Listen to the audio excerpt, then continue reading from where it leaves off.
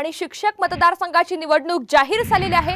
10 जूनला आता ही निवडणूक पार पडणार आहे। मुंबई, नाशिक आणि कोकण विभागामध्ये ही निवडणूक पार पडणार आहे आणि या संदर्भातली अतिशय मोठी घडामोड पदवीधर शिक्षक मतदारसंघाची निवडणूक आता जाहीर झालेली आहे। अधिकची अपडेट आपल्याला गणेश कवडे देत आहेत। गणेश, आता ही जाहीर झालेली आहे निवडणूक 10 जूनला होणार असल्याचं कळत आहे, काय अधिकचे अपडेट्स आहेत? नक्कीच 2 पदवीधर तर 2 शिक्षक यासाठी ही निवडणूक आहे ती जाहीर झाल्याचं निवडणूक आयोगाचं एक परिपत्रक आहे ते समोर आलेलं आहे आणि 10 जूनला या सगळ्या संदर्भात आहे ते मतदान होताना पाहायला मिळणार आहे। त्यामुळे आता लोकसभेपाठोपाठ देखील आहे ते पदवीधर आणि शिक्षक याची देखील निवडणूक होताना पाहायला मिळणार आहे। त्यामुळे नेमके आता जे निरंजन डावखरे असतील, त्याचबरोबर विलास पोतनीस हे सध्या या पदवीधर मधून उमेदवार होते, त्यामुळे यांना पुन्हा एकदा संधी देतात की दुसरे उमेदवार उभे करतात हे देखील पाहणं गरजेचं आहे। नक्कीच गणेश, धन्यवाद सविस्तर माहितीबद्दल।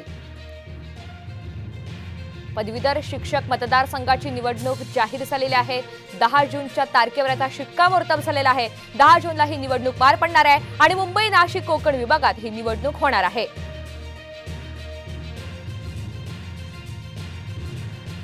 पदवीधर शिक्षक मतदारसंघाची निवडणूक जाहीर झाल्याचं कळत आहे। मोठी अपडेट आता समोर येते, तर 10 जूनला ही निवडणूक पार पडणार आहे। मुंबई, नाशिक, कोकण विभागात ही निवडणूक होणार आहे। दरम्यान या संदर्भातला आता परिपत्रक देखील जाहीर करण्यात आलेलं आहे। परिपत्रकाची कॉपी आपण एक्सक्लुझिव्हली साम टीव्हीवर पाहू शकताय। पदवीधर शिक्षक मतदारसंघाची निवडणूक जाहीर झालेली आहे आणि 10 जूनच्या तारखेवर आता शिक्कामोर्तब झालाय।